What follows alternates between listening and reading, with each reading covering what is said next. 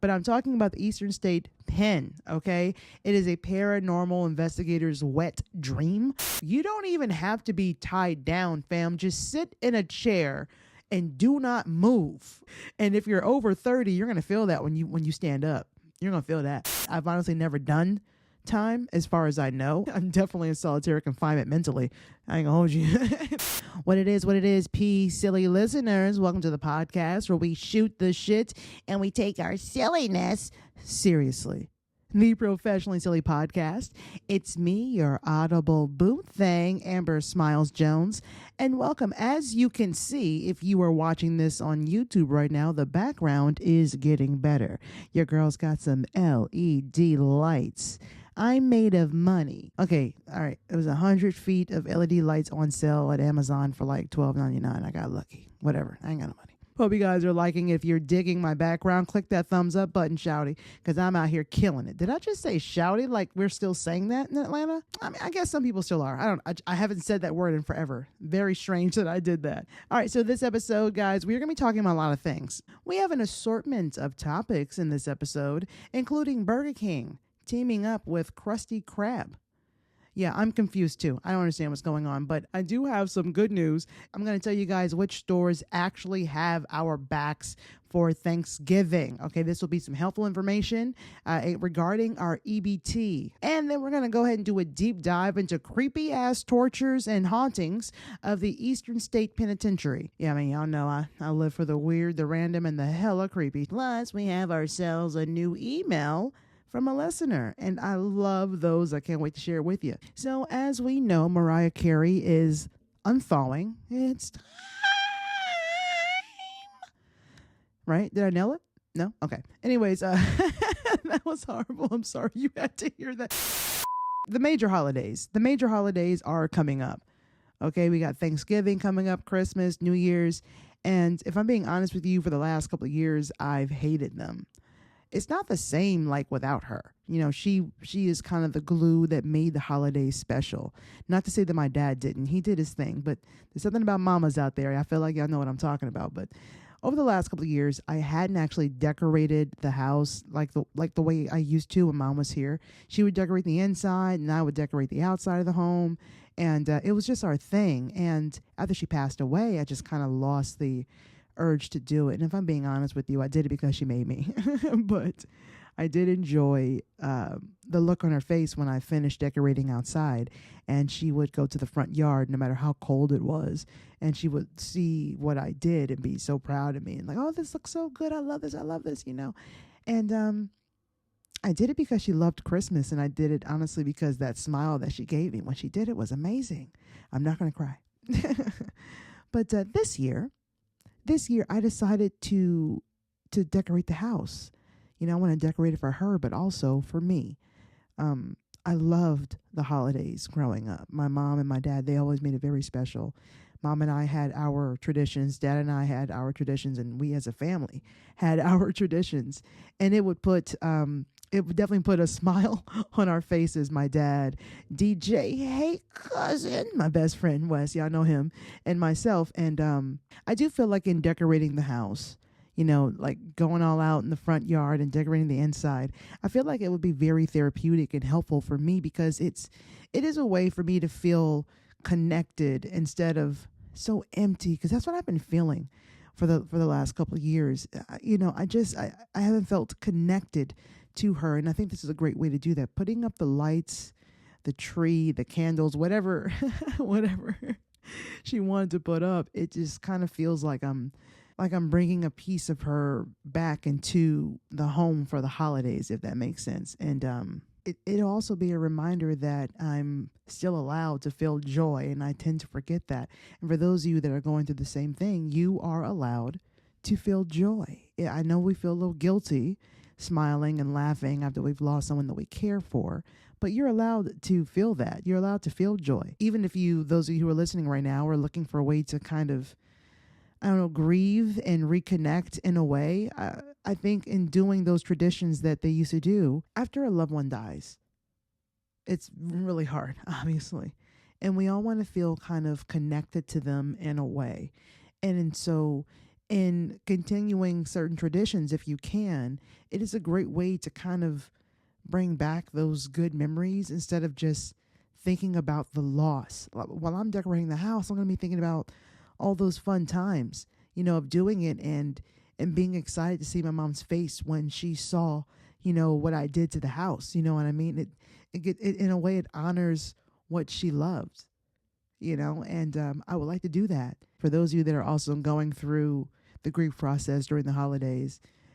Keeping up with those traditions and laughing and feeling joy, it doesn't mean that you are replacing them. That's not what that means. You're not replacing those memories with new good ones. That's not what that is.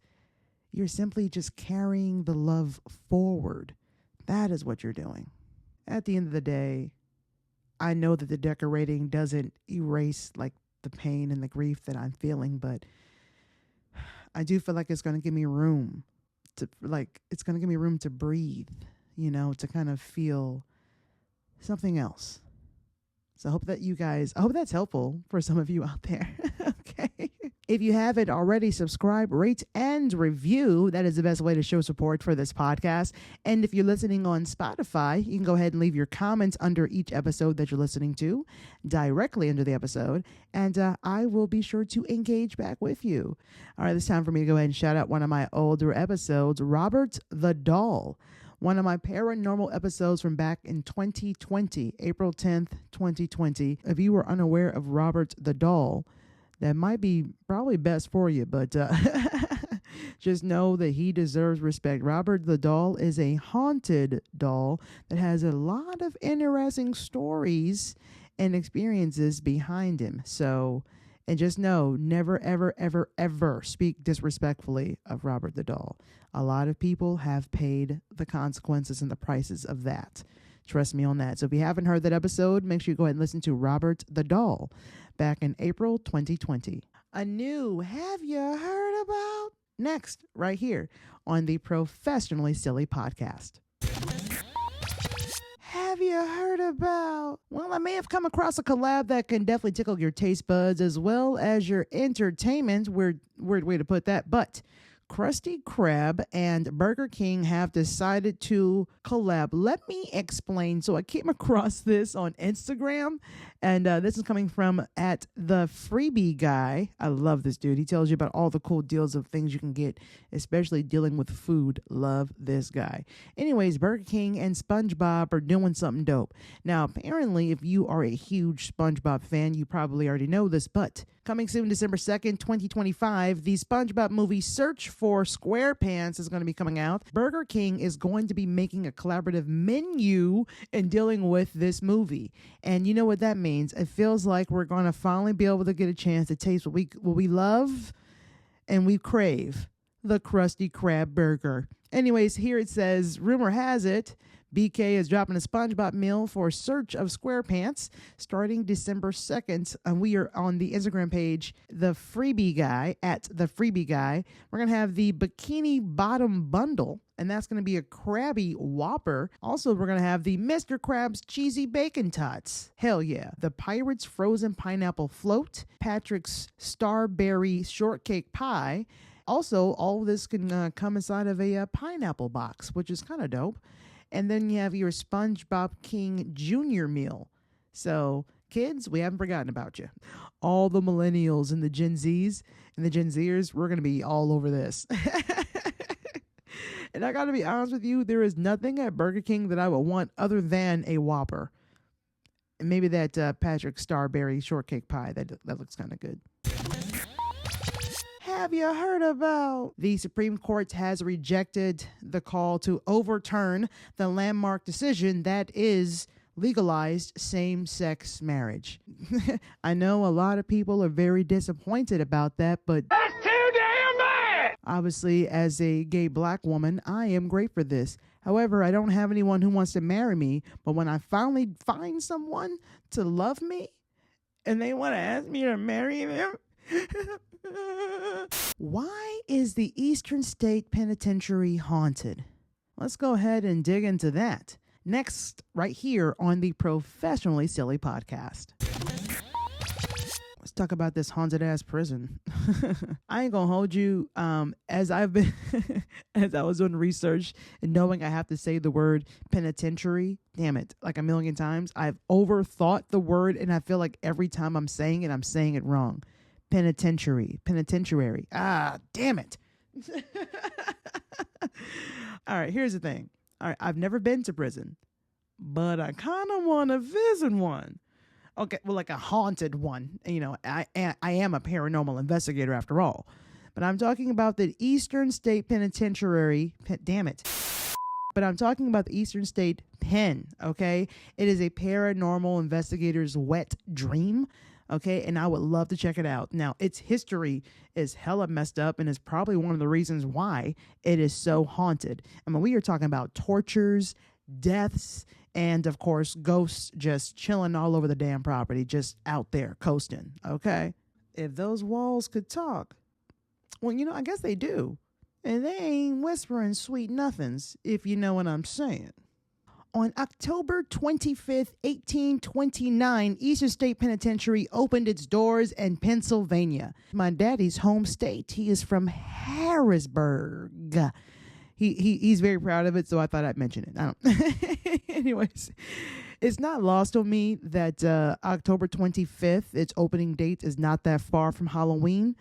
I don't know. I feel like a prison opening right before Halloween is nasty work. Whoever planned that probably thought that they was being festive. Come on down, y'all. Try our new real-life haunted house featuring new real-life consequences. Prison. Folks over here carving out pumpkins. Meanwhile, the government's carving out cells. Get out of here. This is not great. The prison definitely overdid it with the punishments, y'all, because, okay, this prison itself was actually, they used it literally to test out some harsh punishments, mostly solitary confinement.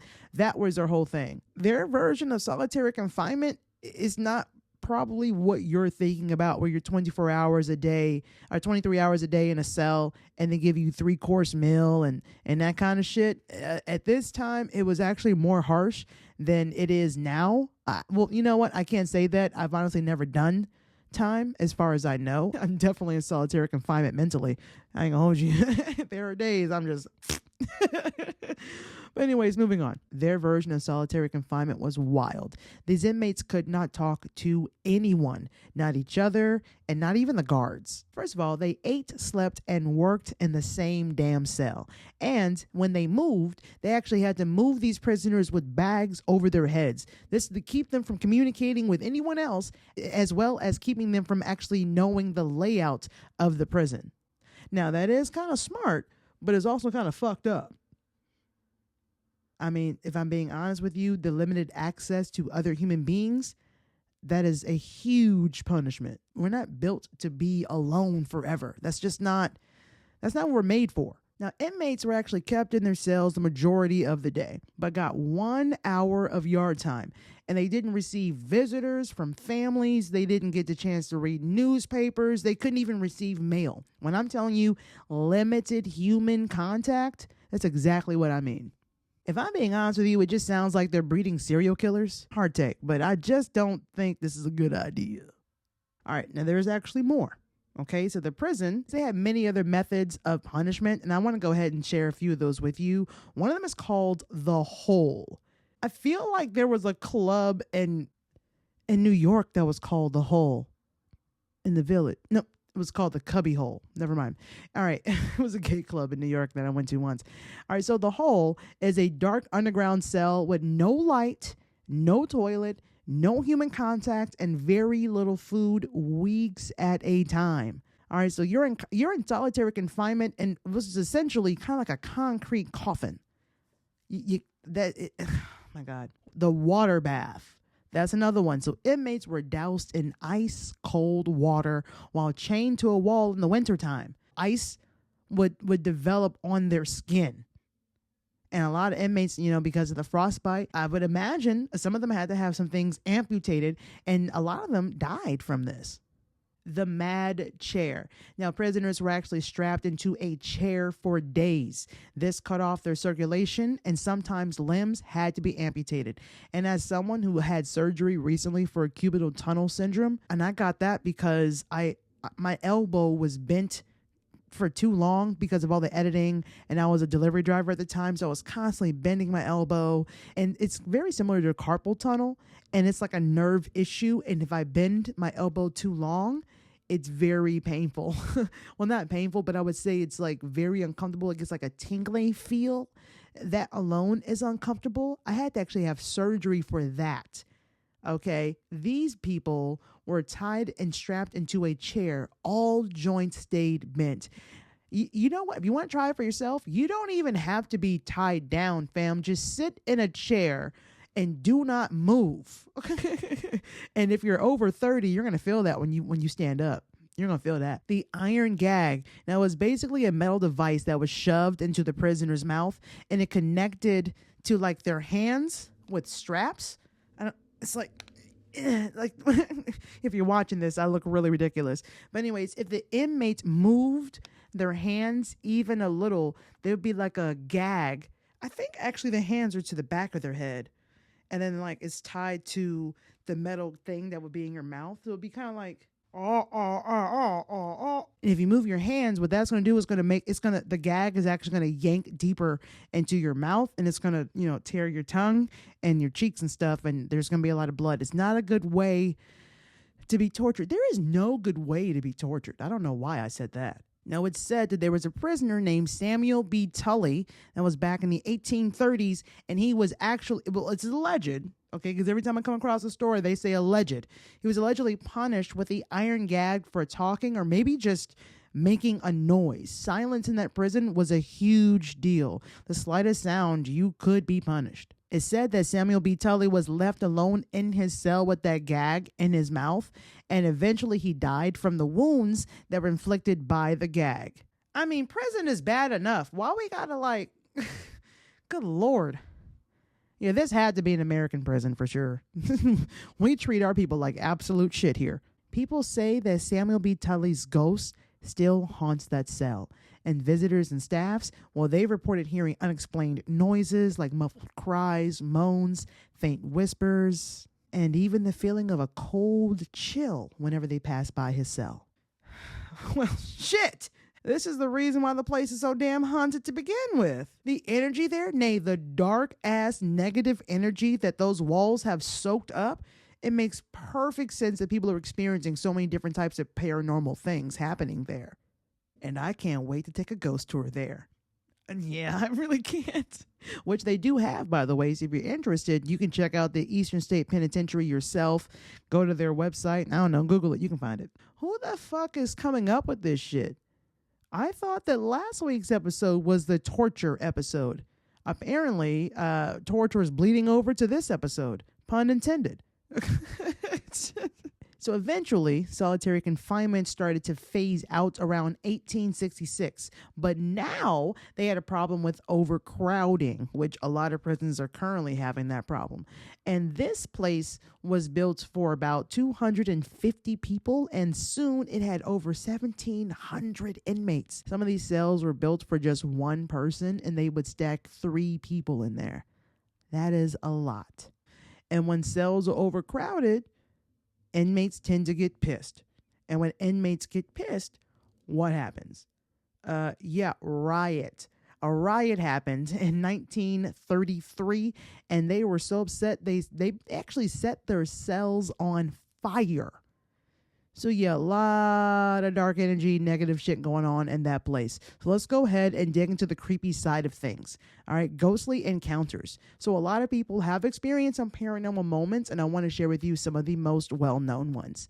Hell, even Al Capone said he heard some things during his stay there, and he served an 8-month sentence there from 1929 to 1930. I think Al actually did time in Alcatraz too, another place I want to go to. So Al Capone swore during his time there that he heard a dude that he helped kill, a guy named James Clark, talking to him at night. And now visitors and staff are reporting that they're hearing disembodied voices and feeling like someone is watching them in that cell. Or probably the whole damn building, if we're being honest with you. I mean, being stalked by a ghost in a prison, I can't wait. I want to go so bad. Oh my God. All right. So remember that riot that I told you about not too long ago? Well, that occurred in cell block 12. And in that area, people have heard laughter, whispers, footsteps in this area. And sometimes you can even hear these cell doors open by themselves. Now, these cell doors are big metal pieces of iron that's very squeaky, very terrifying, and very loud. I don't want to hear that unless, I can get it on camera. You guys remember the TV show Ghost Hunters that was on Sci-Fi back in the day? I used to love that freaking show. So anyways, Ghost Hunter, and those of you who are unaware of it, it is a paranormal TV show that was like I want to say it was like the late 90s, early 2000s. And they actually captured like an apparition of a man walking through cell block 12. They're actually one of the reasons I got like super inspired by doing paranormal investigations. They like literally piqued the shit out of my curiosity because they brought all the things that I imagined on like right there in front of my face on TV, and I could see it for myself. So it was really cool. Speaking of which, the podcasting network that my podcast is on, Pioneer, has a dope podcast called Myth Fits podcast, the Myth Fits podcast, which has Carrie and Tori hosting, and they are two of the main personalities on the show Mythbusters. Now, if you remember that was a show where they had all these dope scientists and engineers pretty much putting all the things that we've ever wondered about to the test, scientific wise, and it's pretty dope. So they are literally on the same podcast network that I am on, and that is dope. The Myth Fits podcast actually interviewed the hosts of Ghost Hunters on their podcast not too long ago. I think it was this year, like in October, like last month, actually. So definitely check out the Myth Fits podcast right here on the Pioneer Network. They have no idea I'm doing that, but I really like their podcast, and I grew up with Mythbusters, and then also Ghost Hunters was on there. That was like 2 childhood staples on like 4 mics. It was awesome. All right, let's get back to prison. A sentence I never thought I said. Anyways, there were actually numerous accounts of a lot of shadowy figures and whispers and cold spots that people said that they experienced throughout the prison, which makes a lot of sense. And many paranormal teams reported capturing really good evidence of apparitions and other types of things as well. And of course, we can't forget to mention the death row area. And this is where a lot of dark energy was for sure. In this area, visitors are actually claiming that the air feels thick there, like you're stepping into someone's hatred, like it's thick. And I gotta tell you, I have walked into a lot of things in my life, walls, doors, other people, but never hatred. Well, you know what? That's a lie. I'm a black gay woman. I've walked into hatred before, but those people were alive. So, anyways, I guess that kind of makes sense though, because there ain't shit pleasant about death row. I mean, we're being honest. The whole damn prison is haunted. It's a fucking prison. There's not a lot of good things happening there. It probably doesn't matter where you go. I'm pretty sure spirits are like spiders there. You're always at least 6 feet from one. It is what it is. But that also goes with what I think about other places like that. Like, for instance, hospitals. I feel like hospitals carry a lot of energy there because when you think about it, the full cycle of life happens there. Births, deaths, all the things in between. Those, I can imagine the walls of a hospital soaking up a lot of energy. But a prison, most of the energy probably isn't dark. No one in prison, or I can't really say no one, but from what I understand, people don't go to prison and they're happy. It's not, you know what I'm saying? It's a lot of turmoil, a lot of sorrow, a lot of depression, a lot of confusion, a lot of just sadness behind those walls. So it definitely makes sense that the Eastern State Penitentiary would be haunted. I can't wait to go. One of these days. All right, it's time for our POC Excellence segment, where I like to go ahead and give my flowers to people of color who have done some amazing, wonderful, and inspiring things. Coming up next right here on the Professionally Silly Podcast. This week, our flowers are going to Jaden Williams of Stockbridge, Georgia. Let me explain here. I actually came across this on the Instagram page at Historically Black Sense. I love that page. Anyways, the tagline got me. Clark Atlanta University alum makes history becoming the youngest elected mayor of Stockbridge, Georgia at the age of 22. And let me tell you something. I grew up in Clayton County. I went to Clayton County high school, middle school. You know what I'm saying? I still currently live in Clayton County. I worked in Stockbridge. I used to work at this place called the Penalty Box back in the day. It was a sports bar over there. I also worked at the old Charlie's over there in Stockbridge at one point. I know the area well, and I would love to say congratulations to Jaden Williams. Stockbridge is lucky to have you. I am glad that they are starting to vote in some youngins up in here so they can kind of, switch shit up, change some things. They have a different view of the world that these old motherfuckers are not thinking about. You know what I'm saying? So this is dope. Congratulations to Jaden Williams. Here are your flowers, King. Yo, if you want to play on the same court as some of the biggest tennis stars on the planet and support an amazing cause, well, BERTS Big Adventure, the nonprofit that sends children and their families with chronic and terminal illness to a magical, all-expense-paid trip to Disney World. BERTS Big Adventure and the Atlanta Cup are teaming up on December 6th at the Gas South Arena. And we are talking about 4 huge names and I can barely pronounce them. I know Osaka. I can say her. And you can actually bid to play a game against one of them. Not to mention, you are going to go ahead and snag yourself some VIP courtside tickets. We are talking open bar, luxury buffet, and 2 private training lessons so you don't embarrass yourself out there. All right. So make sure you guys go ahead and check out BERTSBigAdventure.org for more information. I will put the direct link down below in the show notes. Now, I know a lot of folks are out here feeling it, okay? They're feeling the stress because the SNAP benefits have been looking real shaky lately. Now, some payments got paused after that November 1st government shutdown bullshit. A few states are just now starting to catch up, all right? But listen, you still have options for Thanksgiving. Now, there are a bunch of stores that are still rocking with EBT: Walmart, Target, Kroger, Aldi, Safeway, Publix, Food Lion, Trader Joe's, even Costco and Sam's Club. But, you have a membership with them, okay?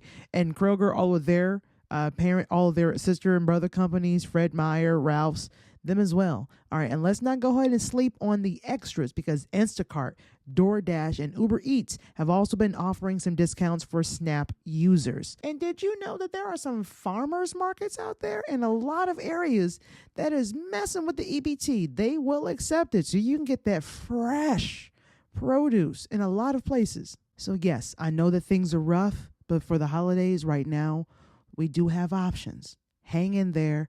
Keep the good fight, and let's pray to God that a miracle happens because we could so use one. If you are a international listener, I would love it if y'all can give us throw us some thoughts and prayers. We could use some of those. Shit, man. But listen, there is still a lot of help out there for the holidays, and I am praying for all of you, and I wish you all nothing but the best. Man, if there is anything that you can take from this podcast episode, it's prison is not for me. I like being free. Again, the only way I'm going in there was with some dowsing rods, a K2 meter, and maybe a REM pod. Professionally silly life rules. Prison ain't for me. Shout out to the listeners because you guys are fucking titties. I love your faces, but most of all, the ears that are attached to them. Thank you guys so much for listening, for joining me every week on this podcast. It means the world to me. And if you are a new listener / viewer, I certainly hope that you decide to join in on all my future silly and binge on all my past silly. I got, over 300 podcast episodes, maybe 400. I honestly don't know. I got a lot. So you can take a listen to me all up inside your earballs as much as you would like. Make sure you guys subscribe to this podcast on whatever platform that you are using to listen.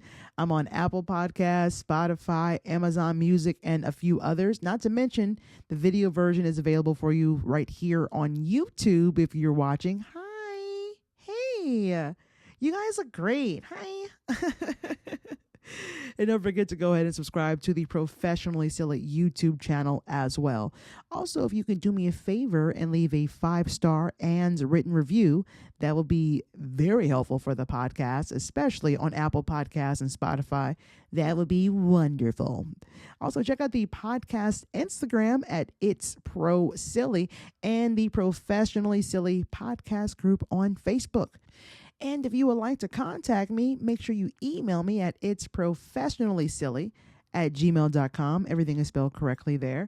You can go down below in the show notes. You can copy and paste it, and it's right there, my email.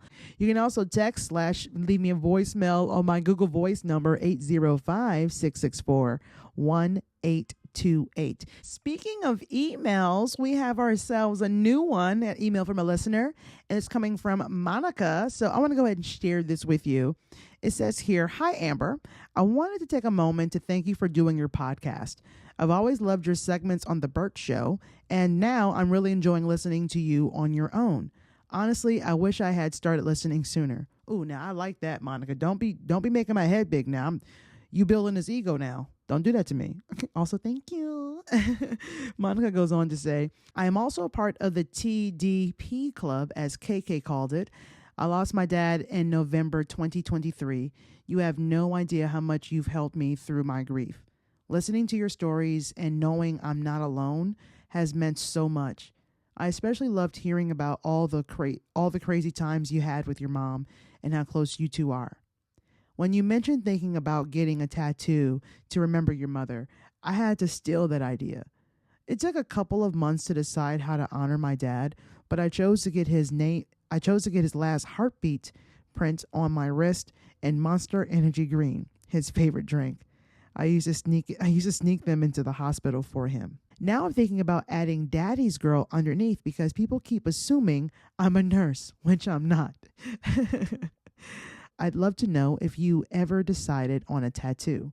If I remember correctly, you were considering something she wrote in a birthday card. Please know that you are loved, liked, and appreciated in every possible way. I can't speak for everyone, but I know you make my days brighter. Thank you for being you, Monica." Girl, you trying to make me cry. And it worked. And it. I appreciate you sharing that with me, Monica. That meant the world to me. Thank you so much for reaching out and dealing with the tattoo. I do kind of know what I want, and it was literally just like, I think it was a graduation card or some sort of celebratory card where she just wrote that I love you in her handwriting. And I would like to, if I can find that, I would like to find that and get that tattooed to her words, in her handwriting saying that I love you. I would love to do that. So that was my idea. And if I got it, I think I would put it like right here, so I could always see, but probably on my left arm so I can really look at it, I do kind of want a sleeve. I think I'm going to start with that. I love you, my mom's handwriting, and then dragon. Yeah. And I am very sorry for the loss of your father. I gotta tell you, there is not many things harder than losing a good parent. You know what I mean? That's a tough one. And the only thing that is an odd silver lining, I don't even want to say a silver lining, but the one thing that we all have in connection, that eventually we will lose someone that is important to us. And I don't know if you take solace in that or that's just dark as shit, but you're not alone either. And thank you so much for writing, Monica. It means the world to me. And I hope that you enjoy the rest of the silly because there's a lot for you to binge, my love. I keep the silly coming. And for anyone else that is interested in reaching out to me, again, my email address and my Google Voice number is down below in the show notes. Also down below in the show notes, you can follow me on all my social medias that I use the most. My link tree is down there. Attached to that is my Instagram, my TikTok, all those things. My YouTube channels, including Paranormal Blacktivity, if you want to see me put my black card on the line and talk to some ghosts. And for those of you that are interested in snail mailing me, send me a letter or whatnot to Amber Smiles Jones, P.O. Box 533, Lovejoy, Georgia 30250. Once again, it's your audible boo thing, Amber Smiles Jones, and thank you so much for listening to the Professionally Silly Station, where I take my silliness seriously. And I'll leave you with this. You know, it takes getting fat to realize you were never fat before. Huh. Yeah, that one was clearly for me. Anyways, enjoy that. Until next time you decide to tune in. Peace, silly listeners. Watch where you step, because there are pieces of shit everywhere, and they love to spread their ignorance. Okay, bye.